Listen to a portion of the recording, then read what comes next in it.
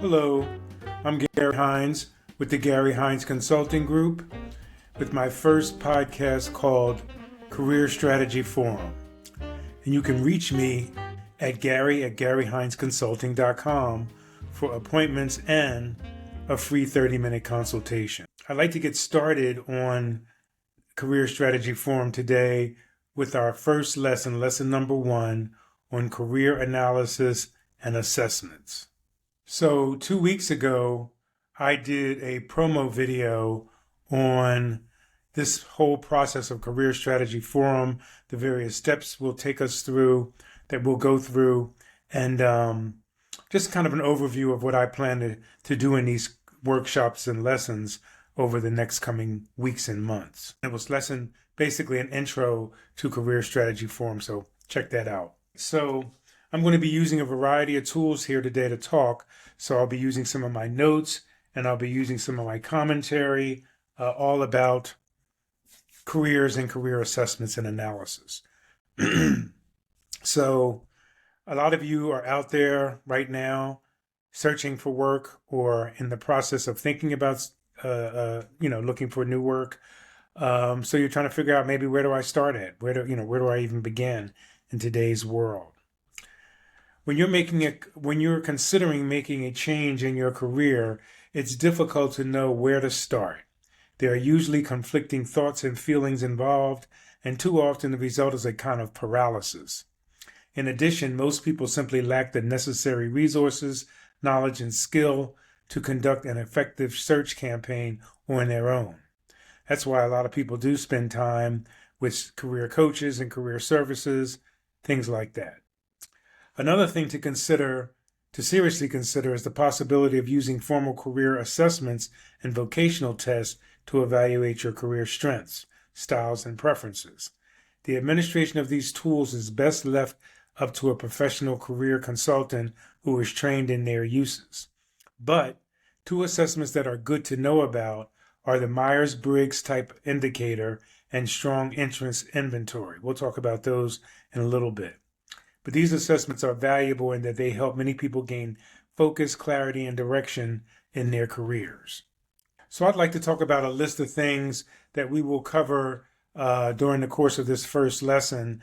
And again, as I mentioned in the intro video, I am not sure if I'm going to get through, 1 lesson per session, per podcast, or whether these particular topics are going to run maybe 2 to 3 podcasts. I already know up in the Job Seekers Toolkit that workshop is actually going to run several different podcasts because there's so much involved in that. And I talked about that on the intro video. So anyway, some things that we will be talking about are preliminary questions and considerations that you can ask yourself as you're out on this job search. Maybe to do a little bit of values clarification. You may have taken some of these kind of assessments in the past somewhere for another job or for entrance to a school or a grant program. But anyway, it's always good to review them and see kind of where you are in your values. I have something called Birds of a Feather, kind of flock together is what that stands for. And it just gives you some ideas of some things that are interesting to you. Now, I will before I go any further on this, I will say that some people may find this unnecessary because they already know what they want to do, or they have a lot of experience doing what they do, and they actually want to keep that experience going. So some folks will be able to actually skip right through this and not have to really do this because they already know how they're establishing themselves, what they're doing with their lives, so they not really brand new to the workforce. But this kind of assessment and this kind of reflection can also be good for people that are changing industries, changing careers. So you might have been 25 years on one job and now you want to do something else. So this kind of information is still beneficial for you. I talk about something called original joys, passions, and gifts, first career dreams that you may have had, and then some really neat pieces, your ideal workday. What would your ideal workday look like? And so, this area, this first group of assessments and career analysis really lets you sort of play around with your imagination and start thinking about the things that you would, reach out for and you would seek. So we'll talk about that too. Okay, I want to talk about preliminary questions and considerations that you should be thinking about as you go on this job search journey. So some of the things are, and you should write this down on a piece of paper and start working on it. Again, if we want to connect, I can send you a blank sheet to use, but any blank sheet will actually do. So one, describe your current career situation as succinctly as possible. So that would be the good, the bad, and the ugly. What do you like about your current situation? Are you employed? If you're employed, are you happy? Are you, moving up the ladder? Are you ready to get out of there? You just can't take it anymore. So just kind of in a paragraph or two, describe your current situation. If you're not, and also where you want to go. So if you are just looking to leave that particular company and want to go to another company that does the same thing, discuss that a little bit as well. And I don't need to know all the personal details and all of that, but you should be aware of it. And sometimes writing things down, like in a diary format, helps you realize and actually reflect on things that you can consider as you move forward. The next question is not question, but sort of statement. Describe the way you would ideally like it to be. Be as specific as possible in identifying your primary career desires. So what do you want ideally? If you could just kind of open up a desk drawer and say, these are the things I want, not a desk drawer, but a booklet, and say, these are the things I want in my career. These are the things that I must have. These are the things that I would like to have. These are the things that I can do without. And if I had them, they were good. So, kind of like a little chart rubric that you could do, you could create to sort of describe what you would like to do ideally. The next area is, what are you doing in your work that you want to continue doing? With whom and for how much? Maybe there's aspects of your particular job and career that you really like and you really want to do and continue to do. You like those parts, but you have to think about it. What would you like to continue to do? So, with the same company, for how much, for more money? What are the things that are motivating you to move around? And what are some of the things that you've done, if not in your current job, in some of your past jobs that you would actually like to go to? Start thinking about this. Now, this is a question. Does anybody that you know now have the kind of work situation that you envision? So do you know anybody that's in the industry that has the title that you'd be interested in? If so, can you describe that person in detail, or at least what they've told you about the job? And what steps possibly did that person take to get there? So then, remember, we're going to start talking about what a search campaign looks like. And so sometimes you may actually have to interview somebody that's in the position to make sure it's the position or the title or the industry that you want to get into. A next area to think about in this preliminary questions is, what is necessary for your future goals regarding money, time, quality of life in 1 year, 5 years, 10 years. So again, I have a sheet that you can use, but any blank sheet of paper that you want to create with columns across the top, talking about 1 year, 2 years, 5 years, 10 years, where you want to be in regards of categories like money. So what salary do you want to be within a year, 5 years, 10 years? Same thing with quality of life. Are you going to be less interested in going to the office and doing more work at home, starting a family, moving to another location, these kind of things? So you can, categorize those different topics along the side of the paper there. Time. How much time do you want to spend on this job? Do you want to work part-time? That kind of thing. And you can add your own categories too. We'll talk a little bit more about that when we come to the ideal day. What are you not doing professionally that you would like to be doing? So say you've always just wanted to run something or, learn a particular software and use it in a job. Think about the things that you're not doing. And even if you've done it in the past, but you'd like to do them again, or you'd like to continue doing them. What are some of those things? What unique qualities or characteristics do you bring to your career? What is it about you that makes you different from the next John or Jane sitting down the hall doing the same thing? Is it personality? Is it experience? Is it knowledge? Is it a pedigree, educational pedigree? What is it that makes you different and stands you out? This is kind of more of an interview question, but something that you need to be prepared to answer during an interview. In your work, what skills and abilities are not being properly utilized or fully expressed? So if you are working in a company that hired you to do X, Y, and Z, and you're only doing X and Y, where is Z at? Why is Z not happening there? So what are you not doing professionally that you should be doing because you know how to do it? You took a course, you got certification, you did it as a job in college, whatever it is. You're not doing it now, but you'd like to be doing it. So, again, these get like ideas flowing throughout your head and your mind. What predictable blocks might prevent you from reaching your goals? So predictable blocks might be something like organization.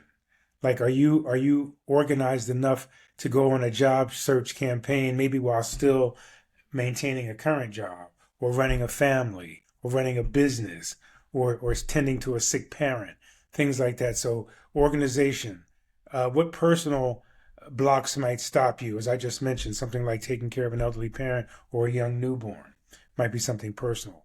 What emotional things might be sort of hindering you, or there might be potential roadblocks? Could they be things like travel time and distance, commute time, or time spent away from home and travel, things like that? That may be something that reflects on some blockage that might not get you to those goals. And then financial. What's the industry doing? We'll talk a little bit about how to find out what the industry is doing. And is it something that you can deal with financially down the road? So these might prevent you. So you need to know what some potential things are. And they may not happen, but there's something that you should certainly be aware of. What might you lose or leave behind if you were to make a significant change for a better situation? So would you have to leave your family? Would you have to leave the area? If you got that perfect job that you wanted, what might you have to give up and actually leave behind, for that career? So it could be some of the same things earlier: personal reasons, practical reasons, emotional reasons. Maybe you work in a toxic environment and you are happy to give something like that up. So again, what might you lose or leave behind as something that might hinder you or make you hesitant about getting a new position or doing a new job? What is the primary motivator or driver in your career right now? Has this been consistent, or has it changed? What drives you to go to work every day? Is it getting out of the house? Is it doing the same routine? Is it doing something different every so often in new projects? Is it working around a lot of people, or is it working home? So what motivates you to do that in your work and career world? And then finally, how will you know when you are on the right track? If you are doing what you like to do, if you're getting paid what you want to get paid, if you've got the house and the personal life and the other things that are outside of work, have you arrived? So you need to know, what is it that's going to say, you know what, I'm actually here. I'm doing what I like. I'm getting paid for it. I'm really, really happy with the way things are. So those are a list of things. And again, I can send you this list if you're interested, but hopefully you took some notes. But preliminary questions and considerations when analyzing your career, your current status, and your future state. Okay, we have one of the areas that you might want to consider using as an assessment is something called values clarification.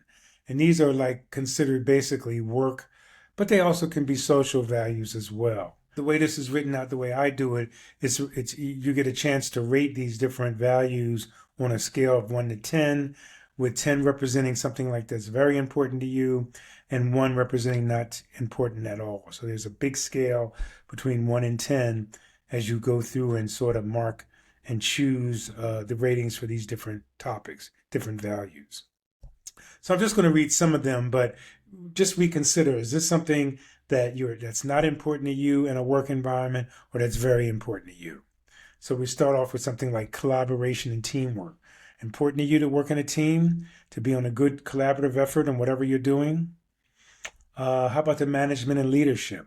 Would that be something that's important to you? How well the management and leadership team communicates with the staff, with outside customers, with vendors? Is that something that's important to you? How about control people in projects? Do you want to be in a supervisory role? Do you want to be the project manager? Do you want to actually take charge of any issue or situation that may happen, and you're basically responsible? Do you want power or influence? How important is that to you in a career and in a job? How about being able to be creative and innovative? Is that something that's really, really critical to you? If you're in the arts, or if you're in a creative performing space, how important is it for you to be able to show your creativity and your talent in a work environment? How about education and knowledge? Is having a particular certification or a degree or some kind of validation of who you are educationally important to you? Does the company value something like that? How is contentment, and peace of mind? Is the fact that the job is really seriously stress free is one of the things that might make you interested in working there or working in that field? Also, life balance. How important is that to you? So these value clarifications, there's about 20 of them or 25 of them. I could send you a copy of that to take a look at. But again, this is all self-analysis, self-assessment. You figuring out things that are important to you, not important to you, what you want to do. Again, a good tool to use as you're getting to know yourself or reacquainting yourself with who you are, or maybe who you are has changed over the years. So always good tool. Okay, the birds of a feather. So I had mentioned that earlier. So again, when particular thoughts and ideas come up to you, sometimes they happen in a rapid succession. So things that pop in your mind. It's almost like mental brainstorming. So you really want to think about whatever comes to mind as you do this exercise called Birds of a Feather. So, and I won't read all of them, but yeah, actually I will. So, Birds of a Feather, what you do, you list these sentences down with some spaces underneath. I have a pre-printed form, that looks pretty good. I actually show you what that looks like if you can see that here. So a pre-printed form that has lines in it for you to put your answers in.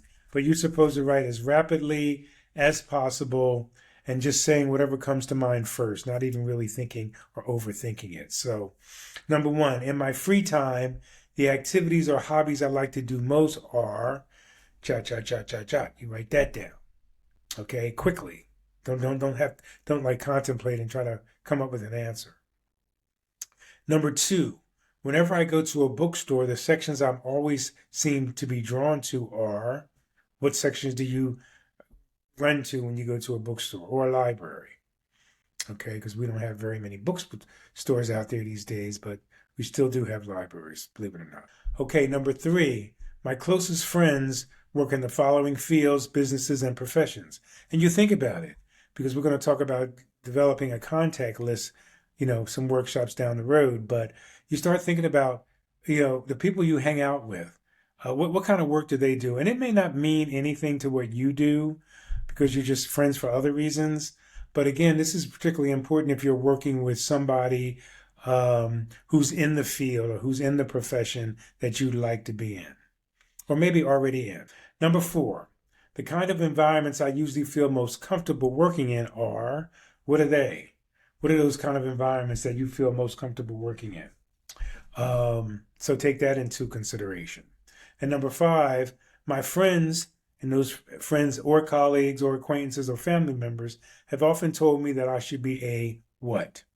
A lot of people are told this as kids. Here's what you should do. Here's what you should, you're really good with this. You should do that. Okay. The things that have always motivated me the most are, what motivates you to get moving? Is it the sunshine? Is it the fresh air? Is it other people? Is it, is it being alone? What motivates you? I have often been praised for my work in what? Fundraising, philanthropy, chopping wood. I mean, what have I been praised for in the past? And if I were to get involved in volunteer work, I'd like to work in the field of what? What field would I work in if I worked in to become a volunteer member? And then, this exercise takes you again through, sort of reflections on that. Like what does this tell you about your core values and interests? What themes kind of run through your answers? And what implications do these answers have on your current and future career choices? So you had to, you're tasked with writing down as much of that as possible to get through. And then there's a couple of other exercises that I don't think are super critical, but there's some things like something called original joys. Like I thought about what fascinated me as a child growing up. Again, I'm going to preface this and say some people may not need this because they just don't feel that they're in a career, they don't need to be in a career assessment program right now because they already know what they want to do. They've been doing it forever. So this is nothing different or new for them at all.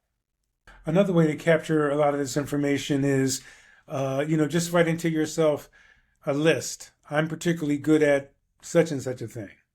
I am known for X, Y, and Z. I have exceptional ability to do what? Do some things. So again, you can think about these things that also will stimulate your brain into thinking about what it is that I need to do to move on. At work, I love to do what? I feel passionate about what following things.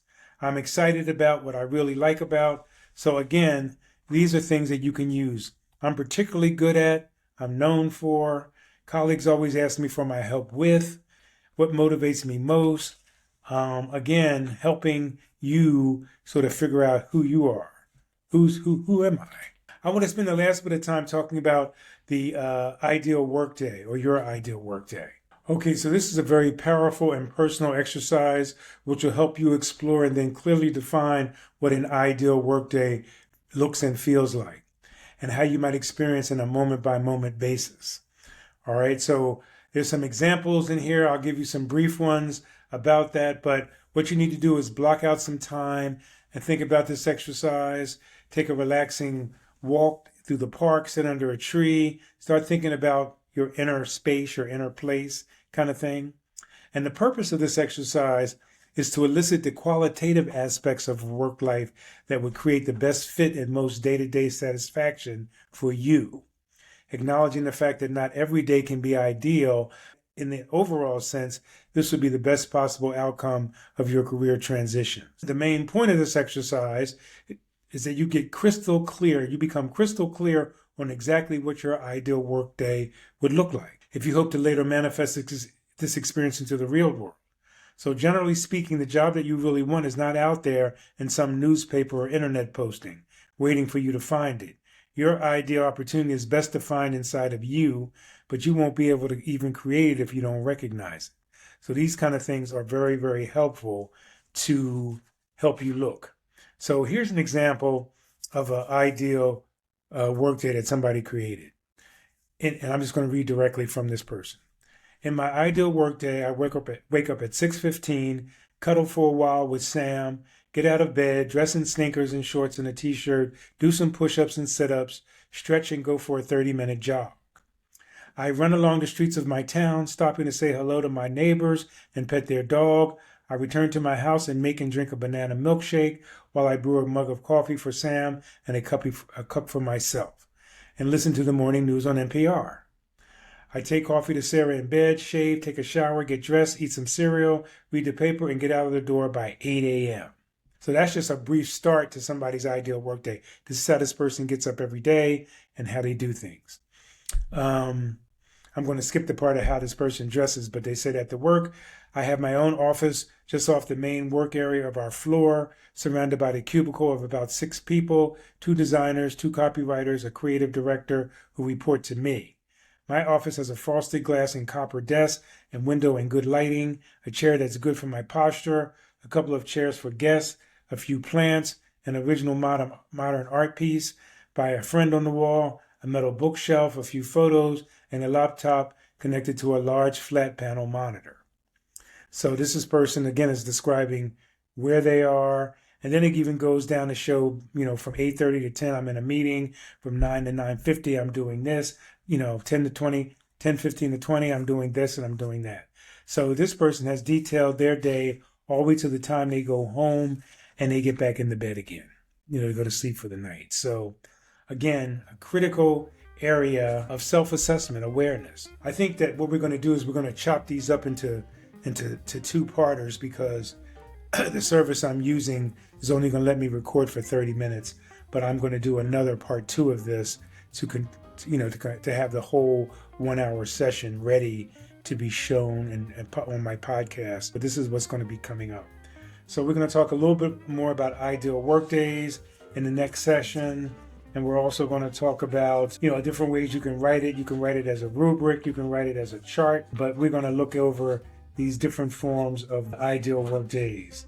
And as we get into, more sort of research and evaluation, we're going to talk about companies and the ideal company you'd like to work for. That's down the road in another workshop and a couple workshops down the road. Then we're going to just show the things that you need to pull together when you start thinking about consistent themes. What themes are very consistent that I've been around, I've been used to, and I can do these things. Yeah, those are totally what interests me. So we're going to go from there. So I will be back with the rest of the assessment piece in my next section.